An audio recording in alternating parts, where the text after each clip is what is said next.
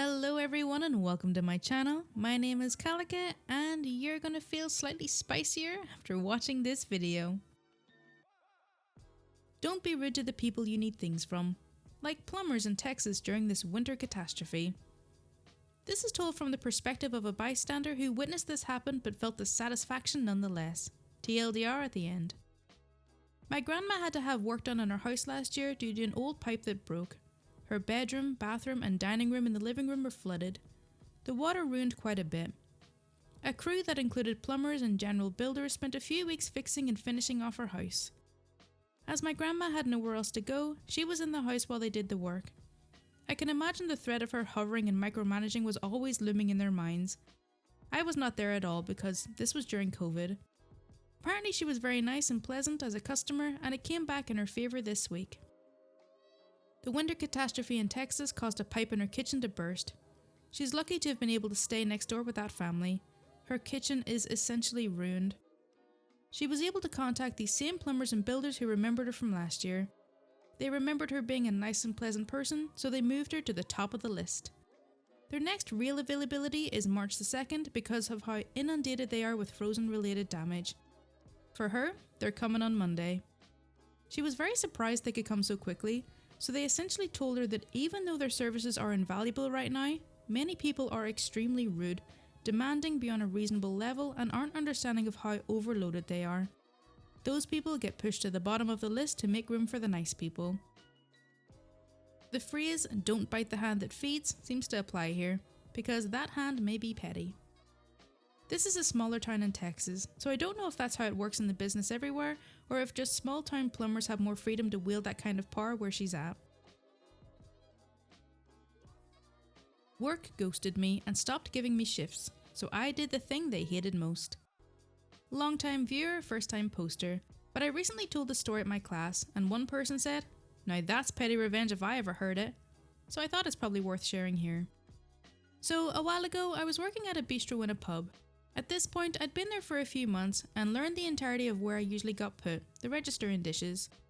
I was hired as soon as our local lockdown was lifted, as the pub was expecting business to boom and had every man and his dog to come down. This was not the case. The pub was, and still is, lucky if it gets one busy night a fortnight, so they had more staff members hired than they needed, and most nights I was working, I was just doing basic cleaning around the area, basic sanitizing, sometimes doing the same tables 3 or 4 times a day, even though we had no customers come in. Of course, because of how slow business was, we would try and get all the cleaning done before clock off time so we could leave at close. One of our most hated things was when someone would come in 10 minutes before close and order food. Never do this to a place that serves food, you ruin their day. Because of this, the chef had a rule that no steaks could be thrown on 15 minutes before close. So, because of how slow business was, eventually I got let go. But it's not that simple. I was not warned that I would be let go or given notice. Instead, they just stopped giving me shifts, and the head chef, my manager, blocked my number and wouldn't answer my calls. I even called their number off a payphone to get them to answer, only for them to hang up when they heard my voice. Now, if I'd been given notice or been given a warning that I should start looking for work elsewhere, I would have been upset, but understanding.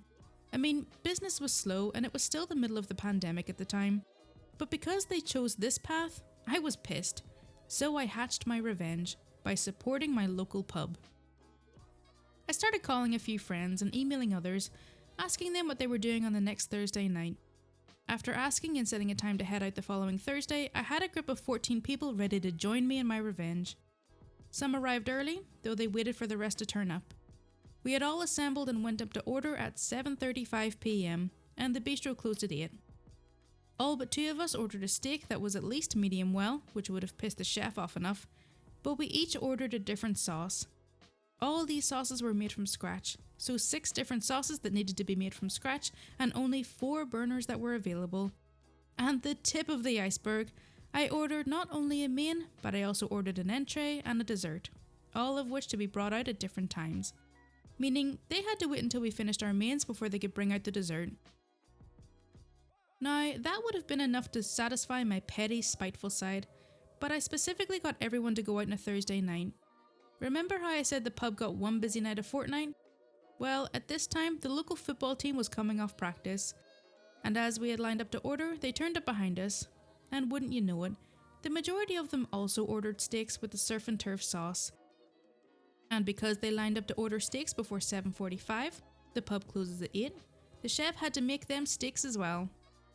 They were still taking orders from everyone who lined up behind us at 8:15, and they didn't finish cooking orders until 9:40 that night. Around 9 PM, after some of the football players sent their food back because they got the wrong order, the chef lost it and threw a frying pan across the kitchen. The stress they went through on one of their busiest nights brought a smile to my eye and made the whiskey taste even sweeter. Won't contribute to the house? Won't put down the phone to help? I'll send your phone back to the dark ages. We have a person living with us who refuses to contribute to the house. He refuses to clean up his own mess, refuses to help with simple jobs such as emptying the dishwasher, wiping down the benches, mostly from the mess he's made. He's abusive towards us to the point where my anxiety is getting the better of me. I'm not eating, and just last week I lost 3 kilograms. Help is being sought for this person, but unfortunately it's not coming quick enough, and they have to want to change. According to them, their behaviour is completely fine. There's rotting food in his room, and a recent habit is spitting food on the floor. He will use his phone all day and night, literally. The only time it's put down is when he's in the shower, which is not as often as we'd like. The phone is hecked. The battery is only lasting a few minutes, so he will sit on the benches or right next to a charger, staring at the phone. It's a 6-year-old phone. It's stuffed. I told him not to buy it, but hey, what the frick does an IT guy and physicist of 30 years experience know, right? I have never seen anyone so addicted. To be honest, I wouldn't give a crap if he would at least help out, clean up his mess, do some housework, but he does the exact opposite, makes a mess and then laughs about it. Then as he's leaving says, "Nope, haven't got enough time to clean that up," after spending the last 2 hours on the phone. The phone has no data plan, it's unlimited calls and texts only, so the only data he gets is through our network, and he's a freeloader, so he gets his friends to let him hotspot to their phones or their home networks. So you say, kick him off my network? Last time I did that he got extremely aggressive and bordering on violent, and mostly towards me because I run the network. Kicking him off would put a target on my back. He knows I'm an IT person, so I'll be the first port of call for any retaliation. Before you say it, he's close family, and we can't kick him out. Long story. But our Wi-Fi has been a bit glitchy lately. I've been meaning to replace the router, but it doesn't affect me much. Even though I'm an IT person, I hate computers and the way it's led to unsociable behaviour, so the odd outage is peaceful for me. He will go to the router, reset it, and scream abuse at it. He knows not to physically attack it because why kill the goose that lays the golden egg? At least it's not directed at me. I'm going to use this glitch to my benefit. Here's where it gets a bit technical, so sorry if your eyes glaze over. I have a small netbook here I use for Kali Linux, more for fun than anything. I only use it on my own network. I'll be putting this on one of my servers for easier access soon too. I wrote a script that 1. Waits about 20 minutes. If I walk out of my office and suddenly his phone disconnects, it will be obvious that I was behind it. Even if it wasn't me, crap will go down. 2. Uses AirPlay NG death to kick his phone off the network. It will take a while, up to 10 seconds, but it will then rejoin. 3. The script sleeps for a random time, between 1 and 15 minutes. 4. Repeats 10 times. While this is going on, I'm elsewhere, nowhere near a computer, so I can't necessarily be blamed or targeted. I have tested this on my phone, and it works quite well. While he will still be able to use the phone for texting and calls, it will make life frustrating as hell to watch these YouTubers' rap videos that he turns up all the way. And for Instagram, good luck. I can also set this up so I can access it when I'm not physically present by VPN and SSH. Man, I might even write something that detects when he comes home to do it automatically. I'm not planning on using this all the time, just randomly. I might even build that into the script. Ideally, I'd like a subliminal, "You acted like a jerk, karma is frickin' with your phone." Maybe a Pavlovian response that convinces him to stop being a jerk? Unlikely.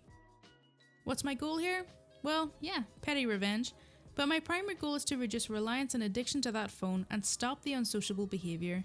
If the phone isn't hitting his dopamine levels, maybe he will calm the frick down a bit. Maybe even become sociable. I know it's a pissy thing to do, but that's what the sub is about, right? I took the cheese grater. My ex of 9 years keeps the house when we split. I've never had a key. In hindsight, that's a red flag, but anyway. But I had a garage door opener and the door code, so that had always sufficed. Everything was amicable, so I was very surprised when during a visit to collect my belongings, I was unable to access the guest house where most of my stuff was stored. The door code had been changed. I checked several times to be sure, couldn't get in. Incensed, I went back into the kitchen into the main house and took the cheese grater. It was technically mine to take, but I had planned to leave it behind because the man ate more cheese than any human I've ever seen, and he needed it more than I did. My own brand of vigilante justice felt good that day. That's petty as hell. Okay, so that's all for r/PettyRevenge. I really hope you did enjoy it. As always, if you do want to see more content like this, then please do subscribe. My Twitter and Patreon links are in the description, and any support is greatly appreciated. Thank you so much for watching.